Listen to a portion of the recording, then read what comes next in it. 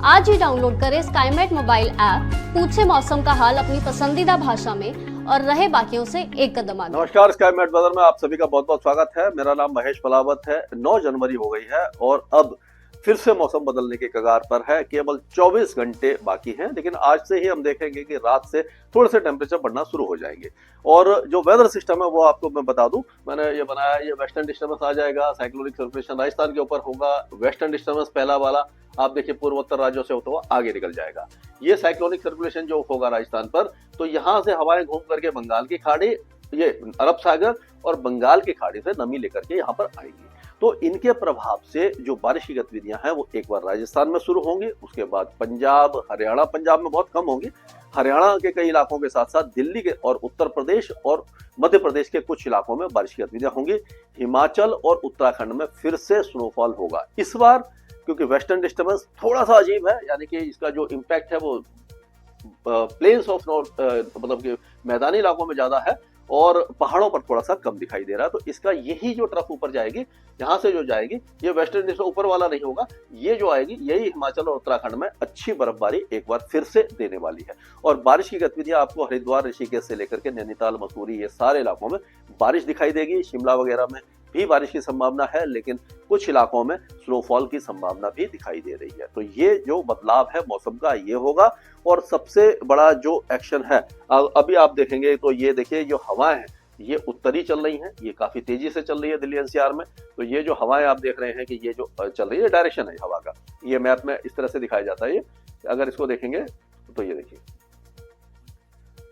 ये इसमें बैन नहीं चलेगा, यहाँ से ये जो हवाएं हैं ये इस तरह से चल रही हैं, ये ठंडी हवाएं चल रही हैं। तो ये जो हवाएं हैं ये टेम्परेचर को आज भी गिराएंगी और उसके बाद या शाम से ही ये हवाएं बदलना शुरू हो जाएंगी और उनका जो डायरेक्शन होगा, अगर हम देखेंगे तो ये देखिए, ये थोड़ा सा हल्के होंगे और उसके बाद आप देखो ये जो हवाएं हैं ये यहाँ से, ये साइक्लोनिक सर्कुलेशन इस तरह से आएगा तो हवाएं ये इस तरह से घूमने लग जाएंगी और जो उत्तरी हवाएं हैं वो रुक जाएगी। यहाँ से आई, नमी वाली आ गई, यहाँ से भी नमी वाली आ गई।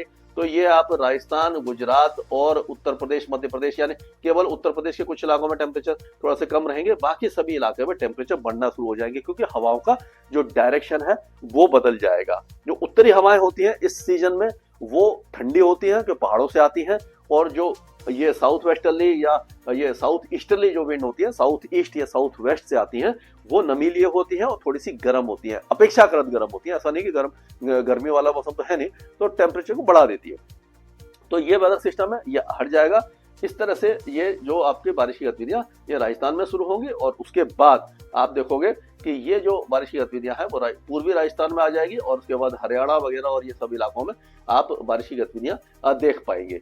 तो और उसके बाद जो है वो अगर देखें तो 12 तारीख को जो मौसम है और ज्यादा साफ हो जाएगा। तो अब एक एक राज्य पकड़ के बात करते हैं।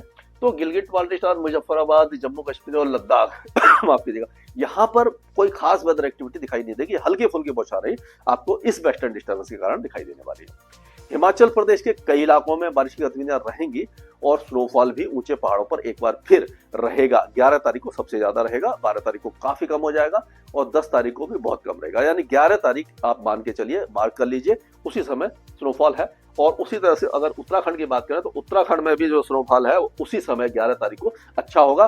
12 तारीख में भी निचले इलाकों में बारिश तो रहेगी, अल्मोड़ा, हरिद्वार, देहरादून, देहरी गढ़वाल, नैनीताल, उधम सिंह नगर, चंपावत, अल्मोड़ा वगैरह में, लेकिन हल्की रहेगी।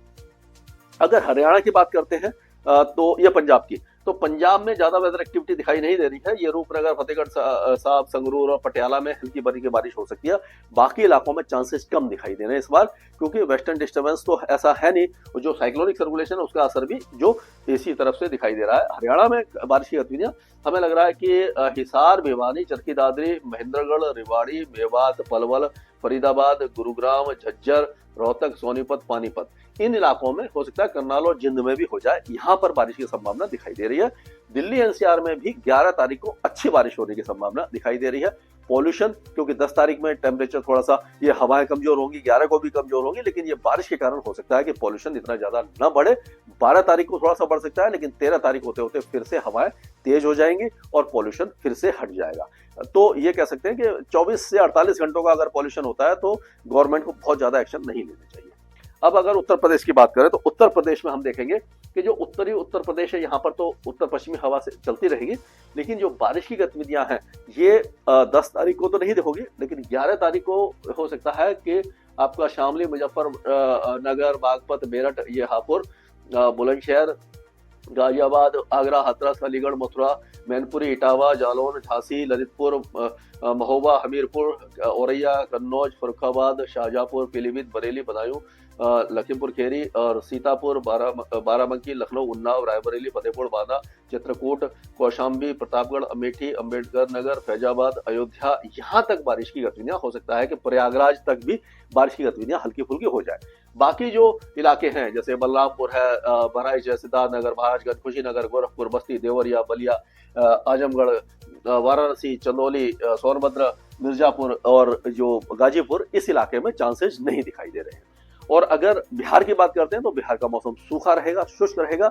अगले 24 घंटों तक या 48 घंटों तक टेम्परेचर में और ज्यादा गिरावट होगी, ठंड थोड़ी बढ़ेगी, उसके बाद जो गिरावट है वो रुक जाएगी। उसी तरह से झारखंड में अगले 2 दिनों के दौरान टेम्परेचर थोड़े से गिरेंगे, उसके बाद रुक जाएंगे गिरना। और पश्चिम बंगाल की बात करें तो उप हिमालय पश्चिम बंगाल, कालिम्पोंग, दार्जिलिंग, जलपाईगुड़ी में हल्की बारिश हो सकती है, बाकी इलाके सूखे रहेंगे। पूर्वोत्तर राज्यों में जो बारिश हो रही थी वो आज हो सकता है कि अपर सियांग, देवांग वैली, वेस्ट सियांग और ईस्ट सियांग, एजल, ये जो इलाके हैं तिनसुकिया वगैरह में हल्की हो जाए, बाकी इलाकों में नहीं है। अब राजस्थान की बात कर लेते हैं तो राजस्थान में ऐसा लग रहा है कि 10 तारीख को बारिश की गतिविधियां पूर्वी बीकानेर, चूरू, झुंझुनू, सीकर, जयपुर, टोंक, अजमेर, नागौर और जोधपुर के पूर्वी भागों में हो जाएगी। अलवर, दौसा में भी हो सकता है, झुंझुनू और चूरू में भी हल्की बारिश हो सकती है। 11 तारीख को होते होते बारिश की गतिविधियां आगे चली जाएंगी तो चूरू, नागौर, जयपुर, सीकर, अलवर, भरतपुर, दौसा, धौलपुर, करौली, सवाई माधोपुर, ये जो इलाके हैं यहाँ पर बारिश की गतिविधियां रुक जाएंगी। बाकी जो इलाके हैं जैसलमेर के पश्चिमी इलाके, बाड़मेर, जालोर, सिरोही, उदयपुर, डूंगरपुर, बांसवाड़ा, झालावाड़, बारा, कोटा, बूंदी, चित्तौड़गढ़, भीलवाड़ा, इन इलाकों में चांसेस बहुत ज्यादा कम दिखाई दे रहे हैं। और अगर मध्य प्रदेश की बात करते हैं तो मध्य प्रदेश में ग्वालियर संभाग, मुरैना, भिंड, ग्वालियर, दतिया, शिवपुरी, श्योपुर, गुना, अशोकनगर, टीकमगढ़, छतरपुर, पाना, सतना और हो सकता है रीवा तक बारिश की गतिविधियां 11 तारीख को ज्यादा चांस लग रहा है हो जाए। छत्तीसगढ़ का मौसम लगभग शुष्क रहेगा, ठंडा रहेगा। उड़ीसा में कोई खास वेदर एक्टिविटी हमें दिखाई नहीं दे रही है, मौसम में बहुत ज्यादा बदलाव नहीं दिखाई देगा। थोड़ा सा टेम्परेचर जो कोस्टल एरिया है वो थोड़ा सा ज्यादा रहेगा, बाकी इलाकों में कम रहेगा। गुजरात में जो लगातार तापमान गिर रहे हैं वो अगले 24 घंटों तक गिरेंगे, उसके बाद फिर से बढ़ेंगे 2 या 3 दिनों के दौरान, और उसके बाद 13 तारीख से फिर से तेजी से गिरावट या 12 तारीख की रात से फिर से गिरावट आपको दिखाई दे जाएगी। इसी तरह से विदर्भ और महाराष्ट्र में पूरे महाराष्ट्र में अगले 24 घंटों तक तापमान गिरेंगे, उसके बाद गिरावट रुक जाएगी, लेकिन मौसम साफ रहेगा। तेलंगाना का मौसम पूरी तरह साफ रहेगा, अगले 24 घंटों तक ठंडी हवाएं चलती रहेंगी, उसके बाद टेम्परेचर थोड़े से बढ़ेंगे। आंध्र प्रदेश में कोई वेदर एक्टिविटी नहीं है, कर्नाटक में कोई वेदर एक्टिविटी नहीं है, केरल में 12 तारीख से दक्षिणी केरल में बारिश शुरू हो जाएगी और तमिलनाडु में अभी हल्की बारिश होगी। 12-13 तारीख में काफी इलाकों में बारिश की गतिविधियां आ जाएंगी। विलुपुरम, कोटलोर, नामांकल, सलेम, तिरुपत्तूर, डिंडुगुल, करूर, तिरुचिरापल्ली, तंजावुर, पुडुकोट्टई, शिवगंगा, मदुरई, विरुधुनगर, तिरुकोट्टई और रामनाथपुरम, सभी जगह पर तेज बारिश की संभावना उस समय नजर आ रही है। अंडमान और निकोबार द्वीपों में मॉडरेट शावर्स होंगे, लेकिन लक्षद्वीप का मौसम लगभग शुष्क बना रहेगा। स्काईमेट वेदर में अभी के लिए मौसम से जुड़ी सटीक जानकारी और खबरों के लिए हमारे YouTube चैनल को सब्सक्राइब करें और बेल आइकन दबाकर हर खबर पर रखें नजर।